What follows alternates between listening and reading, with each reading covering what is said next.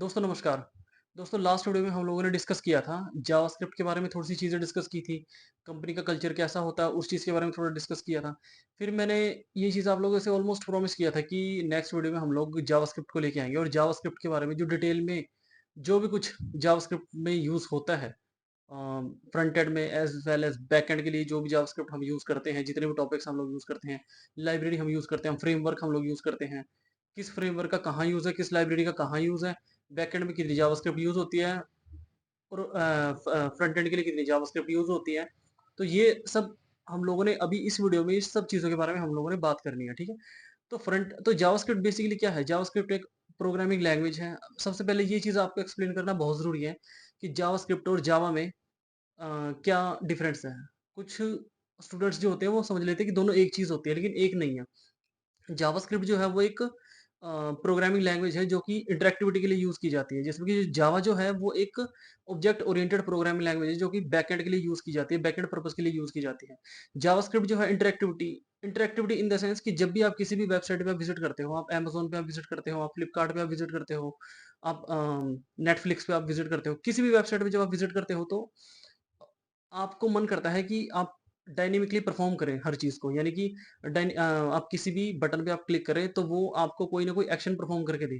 तो वो एक्शन किस तरह का होना चाहिए? वो किसी भी तरह का एक्शन आपको परफ़ॉर्म करके देगा, यानी कि जैसे आप क्लिक करोगे तो नेक्स्ट पेज पे जैसे आप लैंड करते हो वो चीज़ उस पर्टिकुलर चीज़ के लिए जिस चीज़ के लिए आपने बटन पे क्लिक किया है, वो चीज़ आपको दिखे, वो चीज़ वो उस चीज़ से आपका वन ऑन वन इंटरेक्शन हो जाए। तो सारा कुछ जो होता है वो जावास्क्रिप्ट में होता है। फ़िल्टर कैसे काम करता है, किसी भी प्रोडक्ट को जब आप सर्च करने जाते हो तो वो फ़िल्टर कैसे काम करता है, वो सब आप देखते हो। जितनी भी इंटरैक्टिविटी आप देखते हो किसी भी वेबसाइट पे विज़िट करते हुए तो सारा का सारा जावास्क्रिप्ट की वज़ह से होता है। तो जावास्क्रिप्ट के अंदर हम लोग नॉर्मली आप लोग जो बेसिक जावास्क्रिप्ट है वो आप पढ़ते हो। जिसको वैनिला जावास्क्रिप्ट भी बोलते हैं, जिसमें डेटा टाइप्स वग़ैरह हमारी आ जाती हैं। फिर हमारे जो लूप्स होते हैं, ECMAScript 6 जैसे यूज़ हो जाती है। लूप्स हो गया हमारा एरे, फंक्शन और ऑब्जेक्ट्स हमारे हो गए। 3-4 चीज़ें जो होती हैं मोस्ट इम्पोर्टेंट होती हैं। यानी कि किसी भी एप्लीकेशन पे किसी भी एप्लीकेशन का काम जब आप करते हो, या तो फ्रंट एंड की हो या वो बैक एंड की हो, उस एप्लीकेशन पे काम करते हुए हम 4 चीज़ें जो होती हैं हमारी हमेशा साथ चलती हैं। वो 99% चीज़ें यही हमारी होती हैं जावास्क्रिप्ट के अंदर। हमारे लूप्स हो गए, हमारे एरे हो गए, हमारे फंक्शंस हो गए और हमारे ऑब्जेक्ट्स हो गए। तो और हमारे लूप्स जिसमें इफ एल्स कंडीशंस वगैरह होती हैं, टर्नरी ऑपरेटर होता है, ये सब चीज़ मतलब की।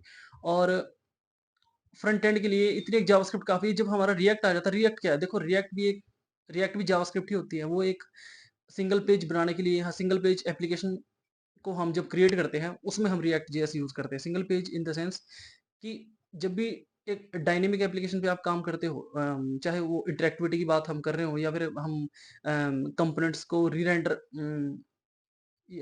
रिक्रिएट, जब कंपोनेंट्स को हम दोबारा क्रिएट करते हैं, भई हम एक कंपोनेंट्स को हम मतलब रिक्रिएट हम कर सकें, एक ही कंपोनेंट्स को हम बार-बार क्रिएट कर सकें, उसके लिए बेसिकली रिएक्ट जेएस जो है वो यूज़ होती है। और वो भी देखो जावास्क्रिप्ट है, लेकिन उससे क्या होता है कि जब भी देखो जावास्क्रिप्ट 30 साल से चल रही है और ना वो कभी खत्म होगी, ना वो होने का नाम ले रही है। बट वो आगे से आगे हमको सिर्फ अपडेट्स मिलते जाएँगे इन चीज़ों के। अब रिएक्ट जेएस जो है, वो क्या है? वो एक लाइब्रेरी है, ठीक है?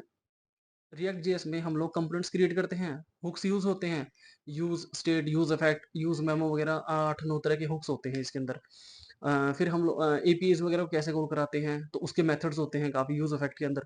तो बहुत सारी चीज़ें जो रिएक्ट जेएस के अंदर हम लोग पढ़ते हैं, वो जावास्क्रिप्ट के कोड को और ज़्यादा कम कर देती हैं और ज़्यादा परफॉर्मेंस अच्छी होती है उससे। उसको हम लोग भी आगे आगे जैसे-जैसे हम आगे बढ़ेंगे तो रिएक्ट जेएस भी हम ज़रूर करेंगे। उसके प्रोजेक्ट्स भी मैं आपको लेके आऊँगा आपके सामने।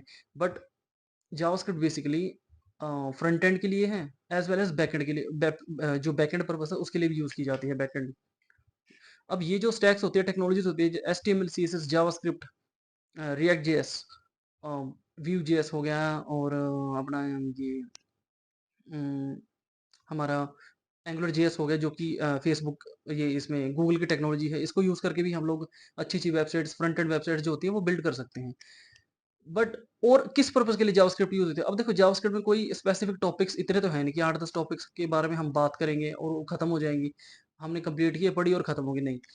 जावास्क्रिप्ट में हम लोगों को बैकएंड की जो लैंग्वेजेज़ होती हैं, नोड जेएस जो कि रियल टाइम रन एनवायरनमेंट है, जिसमें कि हम जो रियल टाइम चैट एप्लीकेशंस हैं वो हम क्रिएट करते हैं। जैसे व्हाट्सएप हो गया आपका, फेसबुक भी हो गया, जिसमें डेटा ट्रांसमिशन होता है from one place to the another, उसको हम लोग कैसे दिखा सकते हैं यहाँ। सर्वर साइड रेंडरिंग का जितना भी काम होता है वो नोड.जेएस के ऊपर हम कर सकते हैं। फिर हमारा उसका जो फ्रेमवर्क है वो एक्सप्रेस.जेएस है, जैसे पाइथन का जेंगो होता है। तो एक्सप्रेस.जेएस उसका फ्रेमवर्क है, वो उसके बिना भी नोड.जेएस थोड़ी अधूरी है। फिर मोंगोडीबी जो होता है वो डेटाबेस का काम करती है। अब देखो, कोई भी एप्लीकेशन हमको उसका जो वेटेज होता है वो वेटेज कहीं न कहीं तो जाएगा। तो उसके लिए हमको डेटाबेस बनाना बहुत ज़्यादा ज़रूरी होता है। तो वो मोंगोडीबी में हम लोग करते हैं, जिसको नोस्क्विल भी कहा जाता है। तो य हम जावास्क्रिप्ट को, उसके अलग-अलग फ्रेमवर्क्स को, वो भी चीज़ें हम आगे-आगे जैसे बढ़ेंगे, हम डिटेल्स में करेंगे और प्रोजेक्ट्स के साथ करेंगे। और मैं कोशिश करूँगा कि प्रोजेक्ट्स के साथ आपको हर एक स्टैक जो है, हर एक टेक्नोलॉजी जो है, वो बहुत अच्छे से आपको समझ आ सके। और आप इस चैनल को तो आप ज़रूर फ़ॉलो करें, और साथ में जो नीचे दिए गए जितने भी लिंक हैं, उसमें आप ज़रूर मुझसे मतलब कॉन्टैक्ट करने की आप कोशिश करें। मैं आपको रिप्लाई भी करूँगा, मैं आपको मतलब हर तरह का रिस्पॉन्स मैं आपको दूँगा। और नीचे दिए गए जो लिंक, और डेमो क्लास के लिए तो आप ज़रूर आप करें, कॉन्टैक्ट करें। डेमो क्लास एकदम फ्री रहेगी मेरी तरफ से। और डेमो में हर तरह की जो स्टैक्स है, हर तरह की टेक्नोलॉजी जो है, उसका आपको पूरा पता लग जाएगा। ठीक है? थैंक यू दोस्तों। आज के लिए सिर्फ़ इतना ही।